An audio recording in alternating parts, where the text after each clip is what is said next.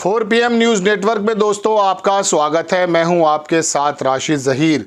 प्रधानमंत्री जी शपथ ले गए, मंत्रालयों का बंटवारा भी हो गया। देश की वो बातें जो देश की दशा और दिशा को तय करती हैं वो कहीं पीछे छूट जाती हैं। इसलिए छूट जाती है पीछे कि आप और हम उस पर विचार विमर्श नहीं करते।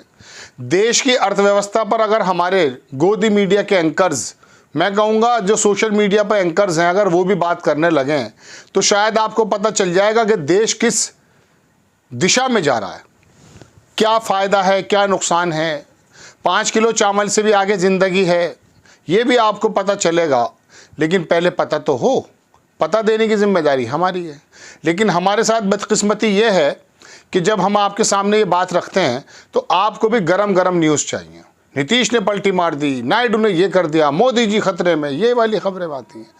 एक खबर कल से चल रही है साहब कि मोहन भागवत साहब ने कहा कि ये जो मणिपुर है इसके बारे में बात की, और दूसरी बात की कि जो चुनाव के दौरान जिस भाषा का इस्तेमाल किया गया है ये ठीक नहीं है। बहुत ही अच्छी बात है, इस पर विचार विमर्श हो रहा है और मैं भी यही करने वाला हूँ। लेकिन मैं आपको इस चर्चा के साथ ये भी बताना चाहता हूँ कि ये जो राजनीतिक पार्टियों में आपस में जो भाषा का स्तर गिरा है, जो नफरती बीज बोए गए हैं, ये खाली राजनीतिक पार्टी के नेताओं में नहीं किया है। ये तो ज़मीन पर रहने वाले जो वोटर्स हैं उनके बीच में जो लाइन खींच दी गई है, 100 बरस की मेहनत इसी आरएसएस की है। मैं आपको ये बात दोनों बताने जा रहा हूँ। लेकिन पहले मोहन भागवत की बात। मोहन भागवत ने कहा कि भाषा का स्तर बेहतर होना चाहिए और अगर प्रतिद्वंदी है वो एक अच्छा स्वस्थ चुनाव के साथ अच्छी बात करनी चाहिए, वो हमारा दुश्मन नहीं है। कितनी मीठी बात है, वाह क्या बात है साहब। इसी की चर्चा कर रहा है तमाम गोदी मीडिया और हम भी इसी की बात करने के लिए आए हैं। लेकिन मैं आपको सिर्फ 2 बातें बताऊंगा। आपके हाथ में मोबाइल है, आप मेरी वीडियो देख रहे हैं, संभवतः आप मेरी मोबाइल पर ही देख रहे होंगे। आप जाइए ट्विटर पर, जिसको अब नाम एक्स पड़ चुका है। अगर आप उस पर जाएं, उस पर जा कर के देखें, मैं आपके सामने देखिए अभी फर्स्ट टाइम जा रहा हूं आज के टाइम में। आप जाइए और यहां पर जाके सर्च का बटन दबाइए और यहां लिखिए 5 जन्ने। जब आप 5 जन्ने लिखेंगे तो जनाबे मन 5 जन्ने में क्या होगा, ये खुल करके आ जाएगा 5 जन्ने, ये आ गया। ये 5 जन्ने का आपके सामने आएगा। राष्ट्रीय साप्ताहिक पत्रिका, संपादक हितेश शंकर, ज्वाइन करें। इसको बताया जाता है कि ये जो है आरएसएस का मुखपत्र है। चलिए अब आप इसकी पहली खबर देखिए। पहली खबर इसकी ये है 11 मिनट पहले की। मैं स्क्रीनशॉट ले लेता हूं ताकि आपको पता चल जाए कि एक भी हिंदू पर अगर अमरनाथ यात्रा में हमला हुआ तो याद रखना एक भी मुस्लिम हज के लिए नहीं जा सकेगा। ये किसका बयान है? बाला साहब ठाकरे का, 1993 का। 7 और 24, 31 साल पहला बयान ये निकाल करके अब लेकर आए हैं। क्या समझाना चाहते हैं? नीचे आ जाइए। उड़ीसा के इतिहास में पहली बार बीजेपी के मुख्यमंत्री लेंगे शपथ। 12 जून को भुवनेश्वर के जनता मैदान में होगा शपथ ग्रहण समारोह। भूपेंद्र यादव चुने जाएंगे। ये छोड़ दीजिए। ये देखिए नीचे तीसरी खबर 31 मिनट की, 31 मिनट पहले की। सुन कामरान, तुम्हारी माँ बहनों को घुसपैठियों ने से हमने सिखों से ही बचाया था। ला रहे थे तुम पर कामरान, सिखों पर। यह बात की हर बजान कुछ बात चल रही है। नीचे आ जाइए। 1 घंटे पहले की खबर देख लीजिए। बनारस का मदरसा रहमानिया सुरैया बूथ, इस बूथ पर 99% मुस्लिम आबादी है।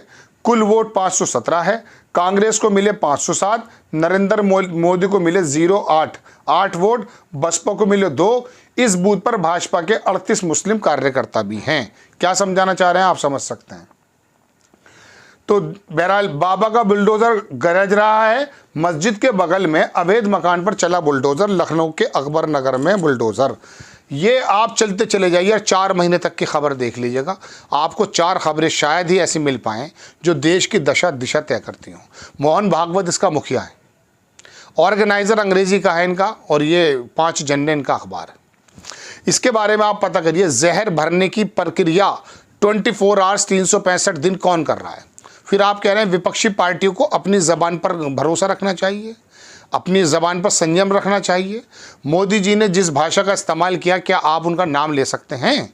हाँ, आपने कहा कि सेवक को अभिमानी नहीं होना चाहिए। बिल्कुल आपने इनडायरेक्ट वे में कहा है। लगता भी ऐसा चूँकि प्रधान सेवक प्रधानमंत्री जी अपने आप को कहते हैं। आपने ये भाषा जो आकर बताई है और जो गुरु बन करके पूरे देश की बात बतानी शुरू की है, आप ही के स्कूल के अंदर अगर नफ़रतों के बीज बोए जा रहे हैं, इसको आप रोकेंगे या नहीं? ये इसका सबसे बड़ा प्रमाण है जो मैंने बताया। इसके अलावा हमारे आपकी सोसाइटी के अंदर दो वर्गों के अंदर जो एक दुश्मनी पैदा कर दी गई है, धार्मिक पशु जो बना दिया गया है, मस्जिद, मदरसा, बुलडोज़र, कब्रिस्तान, ये बातें जो आपके सामने रखी गई हैं, इसका धोतक कौन है? गांधी जी की हत्या करने वाले के समर्थक कौन है? बताइए। तो आप एक तरफ नफ़रत की फैक्ट्री चलाएं और दूसरी तरफ आके भाषण दें कि साहब देखिए, राजनेताओं को अपनी भाषा पर वो रखना चाहिए। बिल्कुल सही बात है, लेकिन ये बात ऐसी हो गई जैसे 900 चूहे खा के बिल्ली हज को चली। लेकिन बिल्ली तो हज को चली जाएगी, लेकिन आपका तो बराबर काम चल रहा है। तो दोस्तों, ये बातें सुनने सुनाने में लगती हैं, किताबी बातें लगती हैं। आप एक तरफ नफ़रती धार्मिक पशु बनाते रहिए, नफ़रती बातें करते रहिए, एक वर्ग विशेष के खिलाफ बाकायदा नफ़रत में इजाफा करते रहिए, और दूसरी तरफ कभी कभी अवतरित हों और अवतरित होने के बाद बता दो नहीं साहब, राजनीतिक नेताओं को भाषा पर नियंत्रण रखना चाहिए। अरे उनको मालूम है कि नूरा कुश्ती है, आप लोगों का इंटेंशन क्या है। इसीलिए तो प्रधानमंत्री जी मंगलसूत्र जो है मुसलमान के बच्चे और घुसपैठियों के बच्चे और दुनिया भर के आरक्षण की बात करने लगे थे, लेकिन देश ने उस तमाम बातों को नकार दिया है किसी हद तक। हालांकि उसके अंदर भी एक पेश है, किसी वक्त में बताऊंगा आपको। आप सोचते ही हैं कि देश ने नकार दिया है। देश अगर नकार देता 240 सीटें नहीं आती। घुसपैठियों की बात सुनने के बाद, ज़्यादा बच्चा पैदा करने की बात, मुसलमानों को आरक्षण देने की बात अगर ये बात होती तो 240 सीटें क्यों आती भाई? इसमें ये कह सकते हैं कि 10, 20, 50 सीटें हेर फेर हो गई होंगी, लेकिन फिर भी हमें नज़र तो आती हैं लाइनें। वोटिंग डे पे साफ नज़र आता है। लोगों के सोशल मीडिया ने नो डाउट बहुत चमका रखा है, लेकिन फिर भी ऐसा वर्क तो है। तो बहरहाल मैं मोहन भागवत साहब के बयान के मुताल्लिक हाजिर हुआ था और बताने आया था कि ये खाने के दांत और दिखाने के दांत और, ये कुछ और है। अगर आप वाकई इसके बारे में सीरियस हैं तो जो नफ़रतें फैलाने वाली आपकी शाखाओं के अंदर लोग जाते हैं और वो आकर के विभागों के अंदर जिस तरह का वर्गीकरण करते हैं उसको देखिए। आप स्वस्थ भारत की कामना ज़रूर करते हैं, लेकिन ये कैसी कामना कि तिरंगा आपके मुख्यालय पे नहीं फहराया जाता 52 साल। ये कैसी कामना कि इस देश के अंदर गांधी जी को गोली मारने की दोबारा बात की जाती है और वो आपके संरक्षण में दिखाई देते हैं अक्सर बेशतर। बहरहाल दोस्तों, बात यह है कि मोहन भागवत की ये बात कितनी ज़्यादा सार्थक है इस बात का अंदाज़ा कीजिए। लेकिन फिर भी मोदी जी को एक सबक है। आपको ये बातें बताने के लिए बड़े लोग आ गए होंगे, साहब मोदी जी और आरएसएस के अंदर कितना देखो डिस्टेंस है। इनमें कोई डिस्टेंस नहीं है। अब भारतीय जनता पार्टी का अध्यक्ष बनेगा, आप देख लीजिएगा, उसका बैकग्राउंड ये शर्त होगी कि वो आरएसएस से ही निकला हुआ बंदा होना चाहिए। अब तक आरएसएस के बंदे ही निकल के भारतीय जनता पार्टी के अध्यक्ष बनते हैं, देख लीजिएगा। तो ये सिर्फ बातें आपको बताने के लिए होती हैं, विचार विमर्श कर लें आप, हम तो उसको बात को भी स्वागत करते हैं। लेकिन असल बात तो यह है कि आपके बगल में से निकलती रहे नफरतों की फुहारें और आप मुंह से 4 शब्द अच्छे बोल दें, ये काफ़ी नहीं होगा। आग बड़ी लगी हुई है, आप उसमें मुंह से पिचकारी मार के पानी फेंक दें, ऐसा नहीं हो सकता। जिस लेवल की आपने आग लगाई है उसे पहले बुझाने का इंतज़ाम किया जाए और आग लगाने के जो सूत्र आप इस्तेमाल करते हैं उनको बंद कर दिया जाए। आपको खबर कैसी लगी अपनी राय कमेंट्स बॉक्स में ज़रूर दीजिए। चैनल को सब्सक्राइब कीजिए, शेयर कीजिए। नेक्स्ट टाइम में किसी खबर के साथ हाजिर होता हूँ। जय हिंद।